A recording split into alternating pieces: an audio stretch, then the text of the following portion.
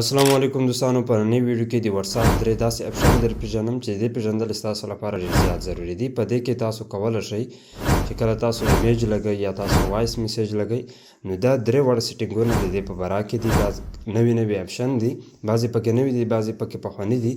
نو د درو واړو اپشنو استعمال طریقه درزده کوم چې په واتساپ کې د دې نه تاسو څنګه فایده اخیستلی شئ، د څه شي لپاره کار کوي. د دې لپاره تاسو ته د موبایل سکرین ښکاري. تاسو به څه وکړئ، د یو کس میسیج ته چې ورشئ، نو په دې میسیج ځای کې تاسو چاته یو تصویر لګئ. تاسو به څه کوئ، اول به تصویر سلیکټ کوئ. دوستانو، نو کله مو چې تصویر سلیکټ کړو، دلته کې تاسو ته د یو ایچ ډي بټن درکوي. کله چې په دې ایچ ډي بټن باندې کلیک وکړئ، نو دې ځای کې به تاسو ته لاندې راشي ایچ ډي کوالټي، په دې باندې به کلیک وکړئ.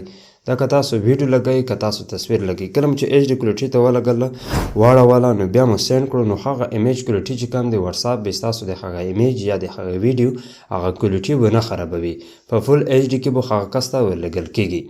دوهم سیټینګ، کله هم چې تاسو ویډیو لګئ یا تاسو ایمیج لګئ، تاسو سلیکټ کړی وي، نو دې ځای کې تاسو ته د ون نشان درکوي. په دې باندې چې کلیک والئ، په اوکې کلیک والئ، نو دا تاسو سینډ کړئ.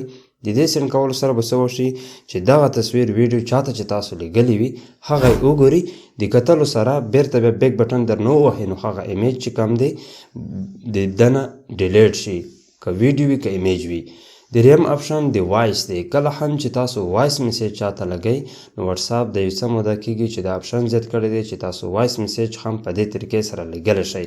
څنګه مثلا تاسو یو وایس میسیج دلته کې یو وایس میسیج تاسو لګیا یې ریکارډ مو کړو، نو د هغه وایس میسیج ریکارډ کولو وروسته تاسو ته د ون نشان درکوي. کله چې په دې ون نشان باندې تاسو کلیک والئ، هغه وایس میسیج تاسو سینډ کړئ، نو د دې سره به دا وشي چې کله دا وایس میسیج هغه کس پلی کړي، د پلی کولو وروسته بیک بټن سره به هغه وایس میسیج واوري، اورېدو سره به هغه میسیج چې کوم د بیرته د هغه کس نه ډیلیټ شي. نو په دې طریقې سره دا درې اپشن کار کوي. نو که ویډیو معلوماتي وي، زما اکاونټ فالو کړه. تر بلې ویډیو د لیلا په امان.